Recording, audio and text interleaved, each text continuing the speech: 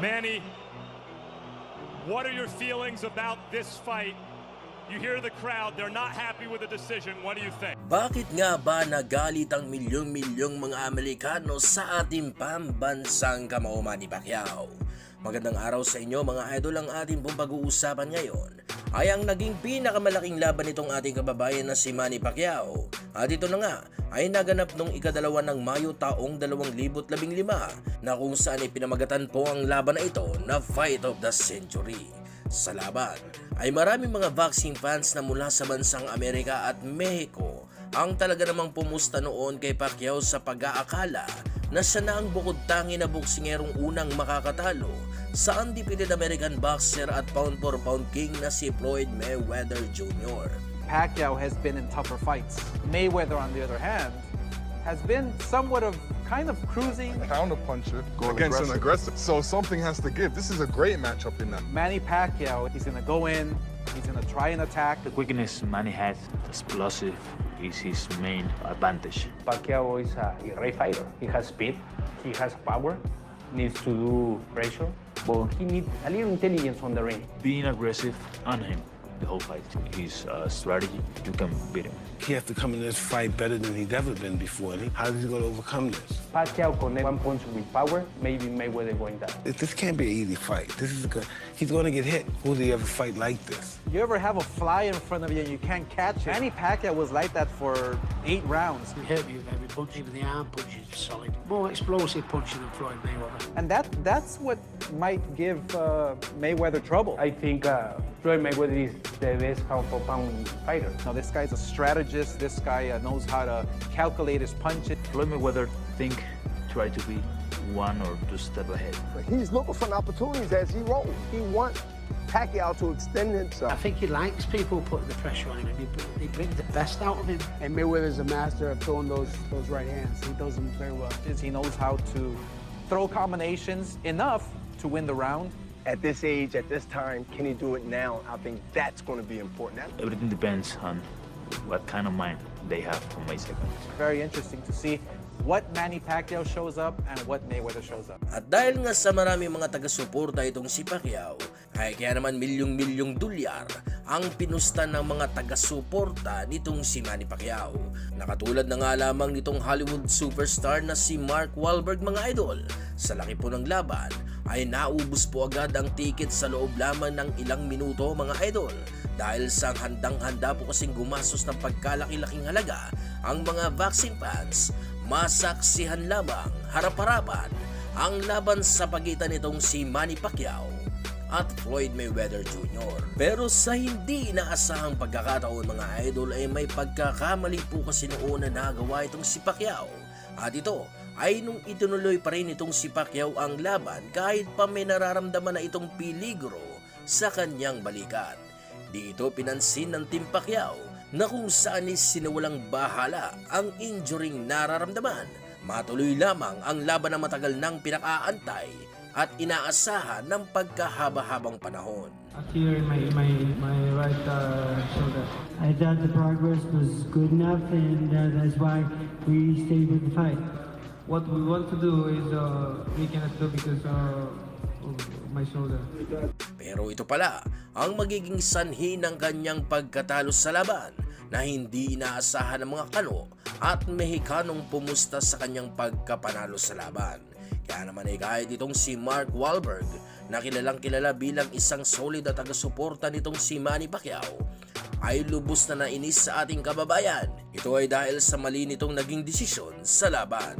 Kaya naman ay para mabalik sa pinangyarihan mga idol ay sabay-sabay po nating panoorin ang laban sa pagitan ni Manny Pacquiao at Floyd Mayweather Jr.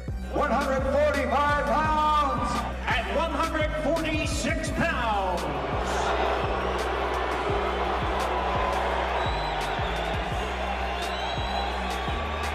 Finishing first, fighting out the red one, Manny Pac-Man Pacquiao.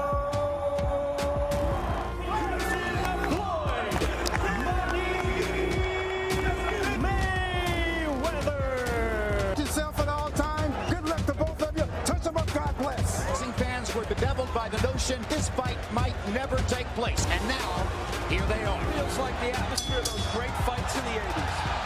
And in the first 3 rounds of that fight, Mayweather walked Alvarez down. Maagang nagpapakawala agad ng mga solid na suntok itong si Pacquiao para sa gayon ay ibigay ang isang matinding mensahe kay Mayweather na isang mabigat na laban ang mangyayari sa kanilang magiging sagupaan. Alvarez fight is right on point, Roy Jones. A long time to get there. Bayless was criticized during the Marcus fight. Was trying to get away. Hard right hand when Mayweather is there. Sa unang bahagi pa lamang ng laban ay nakita na agad ang game plan nitong si Mayweather. At ito na nga po ay ang magpakawala ng mga counter punches sa oras na papasok sa kanyang depensa itong si Pacquiao.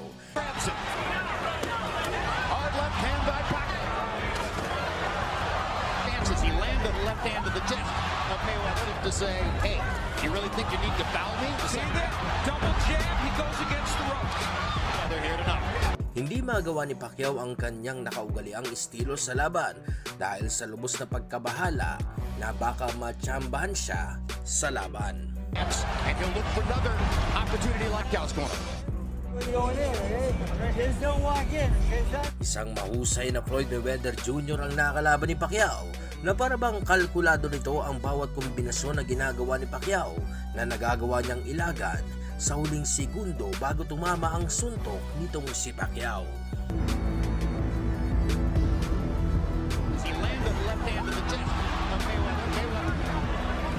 Iminungkahi nitong si Rhodes na kailangan ko nung makalapit ng husto ni Pacquiao kay Mayweather at makapagpatama ng mga kombinasyon.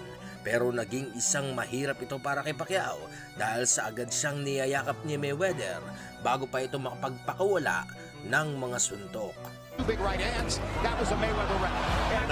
Judge with your eyes. Couple of points. Pacquiao's the aggressor, but not the effective aggressor. So we're into round 4 of a scheduled 12.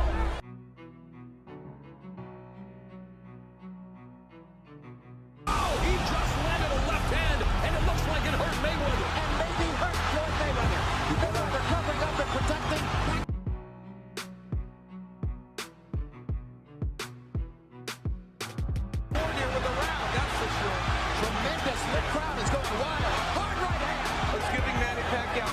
In this fight. There's no confidence in this fight. There's no question about that.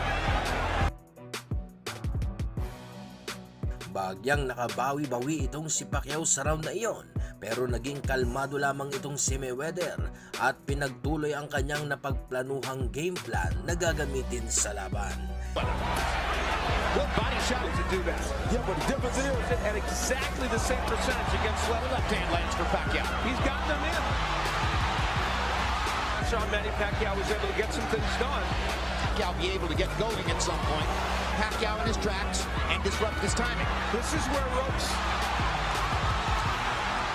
This is hand and lunging in. And some judges might give it to Pacquiao.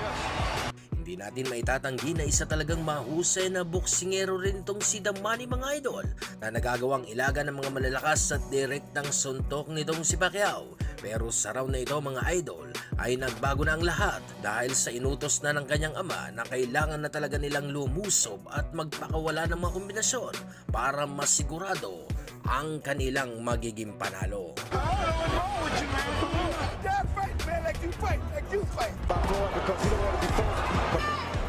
Well, he should step to the right and get outside. Floyd Mayweather comes back, bumples him in the next round. It would be ahead on the scorecards. It would be because of the jab. Hardy gets closer down to his pace.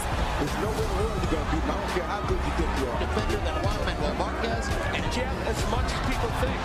Hard left hand. You see the CompuBox numbers of total punches thrown.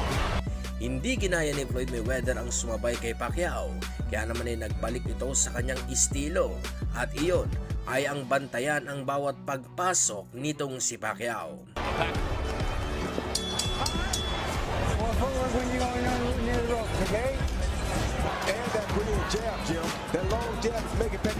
He's got to get his hands going. What point, Roy Jones, would Manny Pacquiao consider selling out? At sa round 9 mga idol ay dito na nangyari ang yayanig sa laban dahil sa nayanig si Mayweather sa binatong suntok ni Pacquiao na naging dahilan para makatikim ng mga solidong umuulang suntok itong si Mayweather. He wants to get for Pacquiao. Pacquiao's got him in a corner. Here's his chance. And the excitement that is generated when Pacquiao jab that he's had. Gets him into the moves on. I don't know, but he has dumped down in the lead as well. It's not easy against somebody with the accuracy and precision of Floyd Mayweather.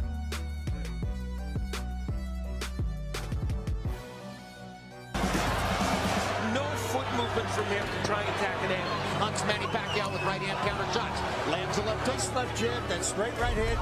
This is what I think it's becoming obvious. You know, we said it going in. Mayweather respects. Hard left-handed. Yes, Manny Pacquiao, he wants him. No, Sammy, we love you. At sa huling round ng laban ay hindi pa rin natapos ang tensyon, pero naging mahirap na po para kay Pacquiao ang lumaban. Ito po'y dahil sa injury sa kanyang balikat. Rocky Marciano's power of the right might wane because it took so long for the wants to do it, he can do it. The Pacquiao, the throw is good of him. I think that's a horrible. He was hitting the ring without the tactical ammunition to open up. He was stretching it out to maximize the dollars. He was right. We get to the last 10 seconds. And in Grand Rapids, the celebration.